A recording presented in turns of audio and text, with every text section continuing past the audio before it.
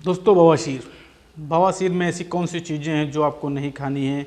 बवासीर क्यों होता है? बवासीर किन कारणों से होता है? बवासीर के ऐसे क्या कारक होते हैं जो इसको बढ़ा देते हैं? बवासीर कैसे ठीक हो सकता है? मैं आज सब कुछ आपको डिटेल्स में बताऊंगा। तो दोस्तों, पहले ये जानना ज़रूरी है कि बवासीर होता क्यों है, बवासीर किस कारण से होता है। दोस्तों, बवासीर एक डाइजेशन की समस्या है, यानी आपकी पेट के अंदर अगर आपका डाइजेशन प्रॉपर नहीं हो रहा है और उसमें कुछ कमियां आ गई हैं, कुछ समस्या हो गई हैं या कोई और अतिरिक्त इशूज उत्पन्न हो रहे हैं पेट के अंदर, तो आपको कब्ज उत्पन्न होगा और कब्ज के साथ साथ ही आपको पाइल्स फिशर मिलना चालू हो जाएगा। दोस्तों, तो इसको डिटेल्स से जानने के लिए आइए वीडियो को शुरू करते हैं।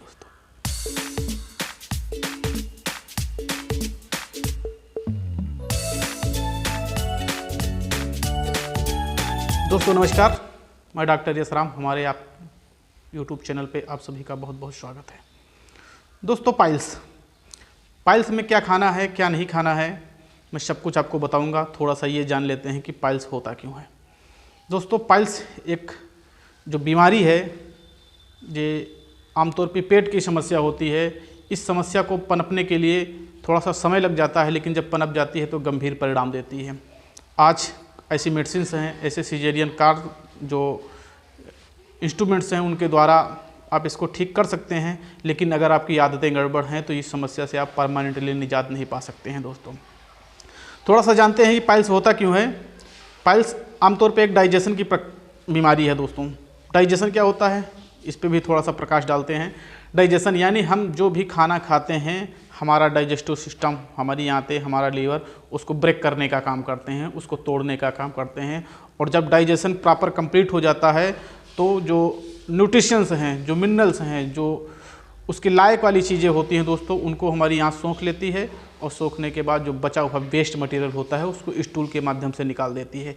लेकिन जब स्टूल प्रॉपर आपका निकले नहीं और निकलने में समस्या हो, डाइजेशन सही ना हो, तब आपको ये समस्या पनप सकती है। अब समस्या कैसे पनपेगी? मान लीजिए आपका डाइजेशन सही नहीं हो रहा है, उसमें समस्याएं आ रही हैं, आपको गैस और एसिडिटी पनप रही है, डाइजेशन में बहुत सारे इशूज उत्पन्न हो रहे हैं और आपका स्टूल वहीं पर सड़ रहा है धीरे धीरे और स्टूल बाहर नहीं आ रहा है, तब आपको ये समस्या हो जाएगी।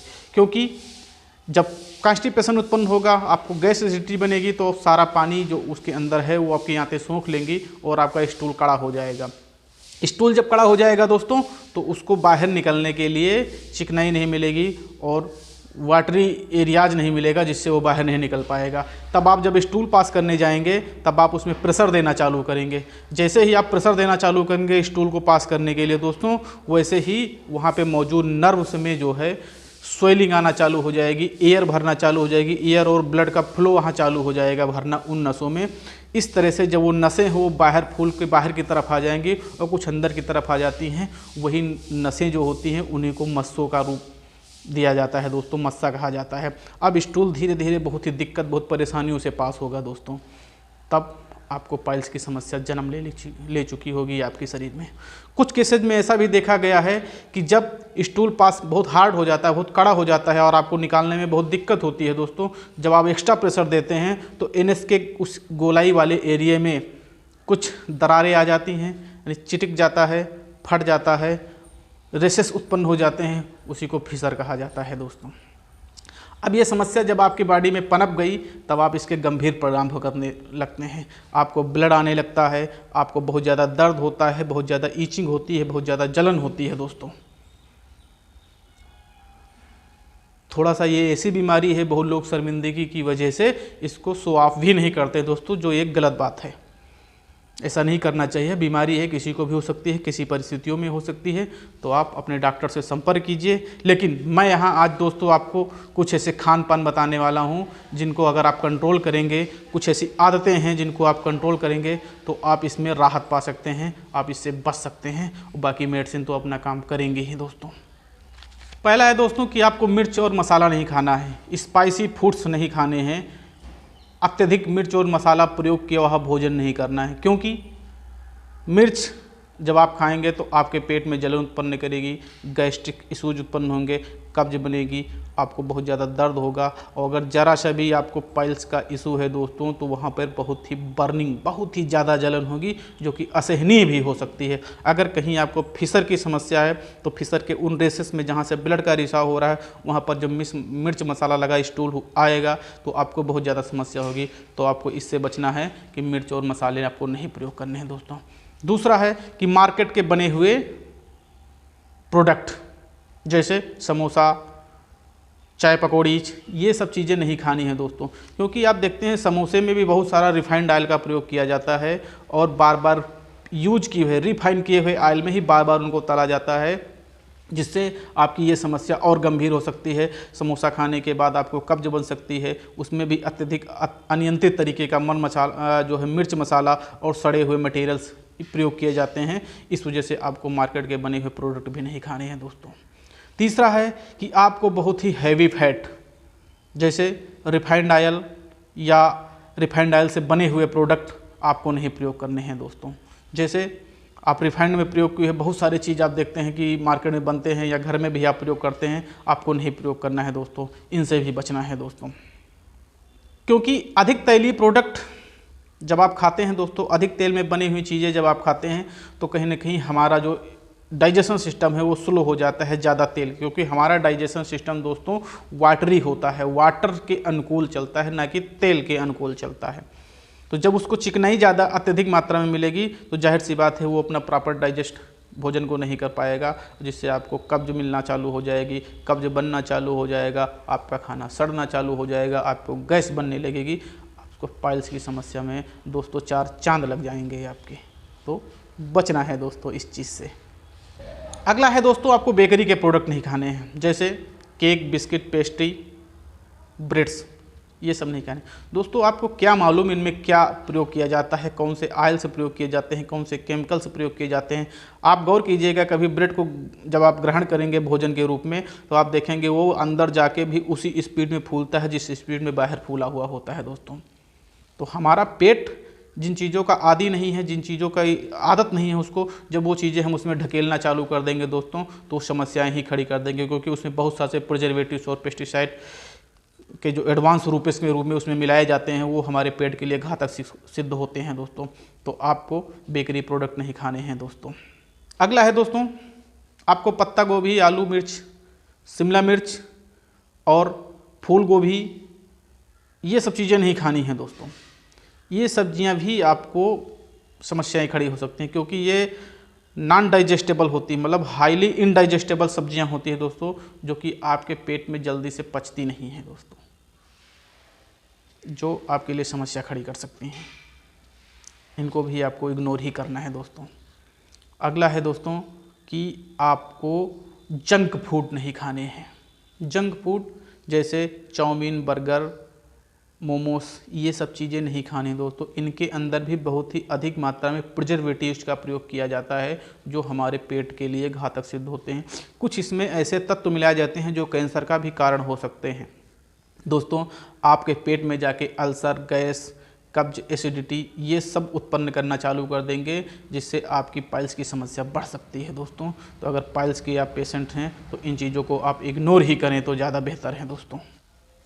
अगला है कि आपको कैफीन युक्त प्रोडक्ट जैसे चॉकलेट, चाय और काफ़ी, ये नहीं ग्रहण करना है।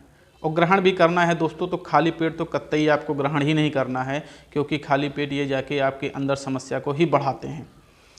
चाय पीने के बाद भी दोस्तों आपको गैसेज इशूज उत्पन्न होने लगते हैं, कॉफ़ी के बाद भी गैसेज, क्योंकि ये सब चीज़ें जाके हमारी पेट के अंदर हमारे डाइजेशन को सुस्त कर देते हैं, जिससे डाइजेशन जब सुस्त होता है तो खाना पचता नहीं, सड़ता है दोस्तों, और कब्ज उत्पन्न हो जाती है दोस्तों।